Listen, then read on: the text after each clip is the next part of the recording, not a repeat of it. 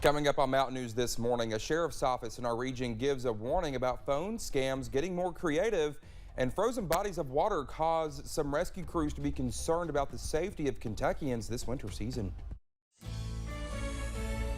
Dedicated to Eastern and Southern Kentucky, this is WYMT Mountain News this morning.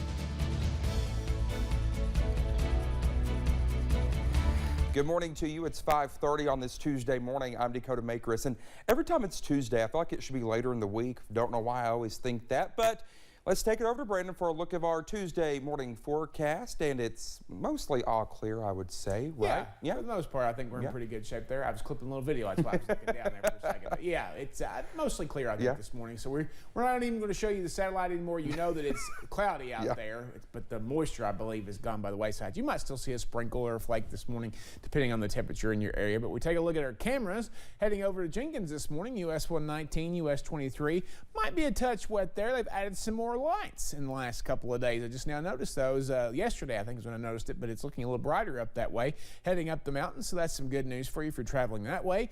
Temperatures still in the 30s area-wide, but we're down to 30 in Moorhead. I expect to see some 20s up there pretty soon, already at 29 in Lexington, but still a lot of upper 30s and close to 40 out there this morning. But those temperatures will drop. They've dropped 2 degrees in Hazard since we started the newscast at 5 o'clock. A normal day to a little extra on your coffee meter because, of course, everybody needs a little hot coffee to get them going in the morning. Breakfast forecast, if you like to eat some breakfast, get those bowls out. We'll pour you some frosted weather wheats, and you'll see again maybe a flake or two as we head toward 7 a.m. I don't think we'll see a whole lot there, and then mainly cloudy skies, but temperatures will fall, and they'll continue to fall throughout the day because the cold front came through in the overnight hours. Dakota? All right, Brendan, thank you. Well, a man charged in a deadly hit and run has now entered a plea.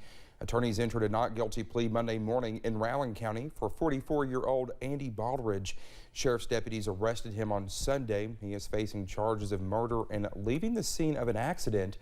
The sheriff's office says he hit and killed 91-year-old Lonnie Leach Saturday on Oak Grove Road. Baldridge will be back in court next Monday for a preliminary hearing. We now know the names of those who were involved in an officer-involved shooting in Corbin on January the 11th.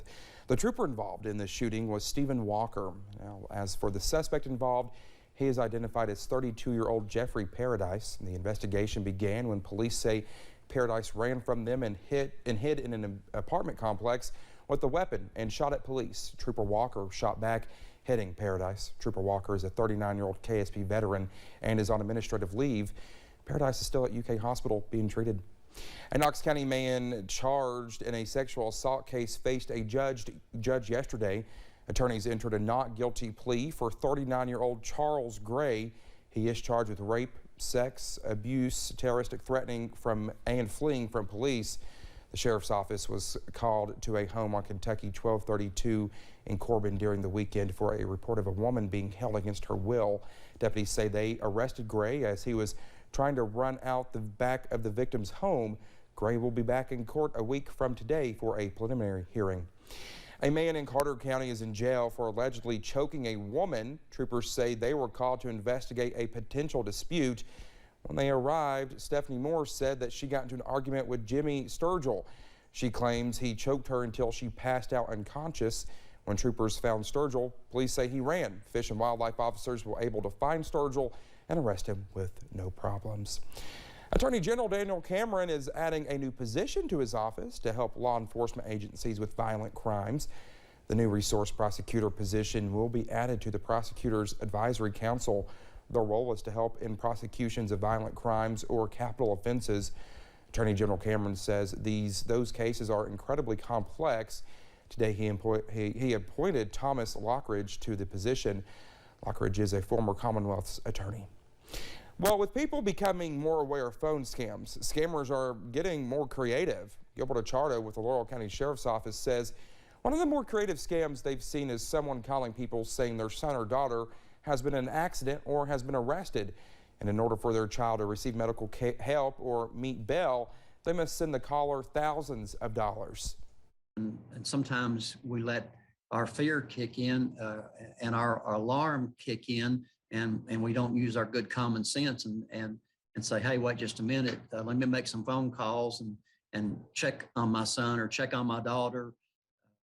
Well, he says if you do not recognize the number calling you, it's best to not answer the phone. If someone important is trying to contact you, they will more than likely leave a message. A big concern this time of year for first responders, frozen ponds and creeks. It's cold enough that some have frozen over, but it's likely thin ice. The Lexington Fire Department is trained for ice rescues yesterday. Crews use all manner of tools, ranging from boogie boards to ropes and harnesses, and even a big boat to practice rescue techniques. Captain Dusty Whited says that they need to be ready to go at a moment's notice. We train in the elements all the time because things don't quit burning, people don't quit getting sick, there's car wrecks don't stop, and stuff like this doesn't stop just because the weather comes in. So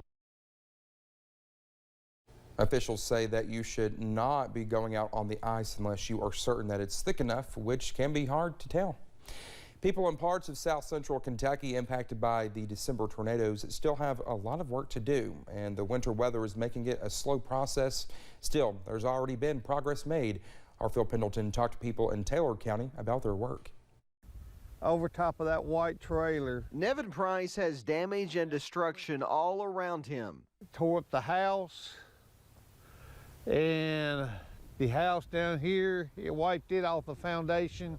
His house minus the roof was spared, but most of his neighbors have only a foundation left. We were really blessed. We were really lucky. Good Lord looking over us all the way. Had to be. There's no other word to describe that one. All around him, though, there's the sights and sounds of cleaning up and rebuilding. All of it is taking place as the weather is not being very cooperative. It's raining tomorrow, then it's 3 degrees the next day. All our equipment run on hydraulics, so, you know, everything's got to warm up, everything wants to break in this kind of weather. But the work goes on. The other day, I had 3 contractors working here the same day at the same time. Price has barns and sheds to rebuild. He put a new roof on his house. Hundreds of yards of fence need fixing up. He says it's all a challenge to replace some things lost. Oh, yes, we're on waiting list for windows and just supplies, period, building supplies. But he says everyone in his community is going to come back stronger. In Taylor County, Phil Pendleton, WYMT Mountain News. Well, people tell us they believe it will take at least 1 year to rebuild what was lost in Taylor County. Last year, Kentucky lawmakers passed a law that allows for tax credits to help families afford private school, but the law went to court and a judge found it to be unconstitutional. So it is certainly tied up in the legal process. But one group says they have faith it'll make it out of court. Parents in support of school choice say they have nothing against public schools, but they believe families should have the option to choose a different type of school. And I see the need for choices. You know, some kids have behavior issues, some kids have sensory issues, some kids have attention deficit disorder, some kids have ADD, and public school just doesn't fit. It fit for some, but it doesn't just fit for everybody. Well, a recent poll from National School Choice Week showed more than half of parents said they had considered a new or different school for one of their children in the last year. Students in Pike County are sewing up a little something to give back to babies in need. The East Ridge High School Practical Living class is learning life skills, and the latest lesson is all about sewing. Students started crafting handmade quilts, which will not only teach them sewing basics, but will later become a donation to the Appalachian Pregnancy Care Center. And you learn to give, and that's the big thing, that you bring a bright spot for somebody that it may not be a bright spot. Resource teacher Maudie Justice hopes to have the class complete 10 baby quilts to be donated to the center. We now know when movies will start playing again at the Kentucky Theater in downtown Lexington. The new management group, Friends of the Kentucky Theater, says they'll have a soft reopening on Friday. Only classic movies will be shown for right now. The group says they may not be able to show first-run films until March because they are still waiting on some parts to arrive.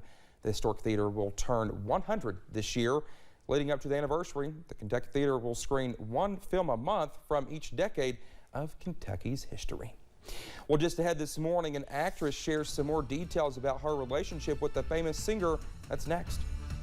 Skies will gradually clear later today and sunshine will return tomorrow. However, we are watching another system that could impact us later this week. I'll tell you about it in about 3 minutes.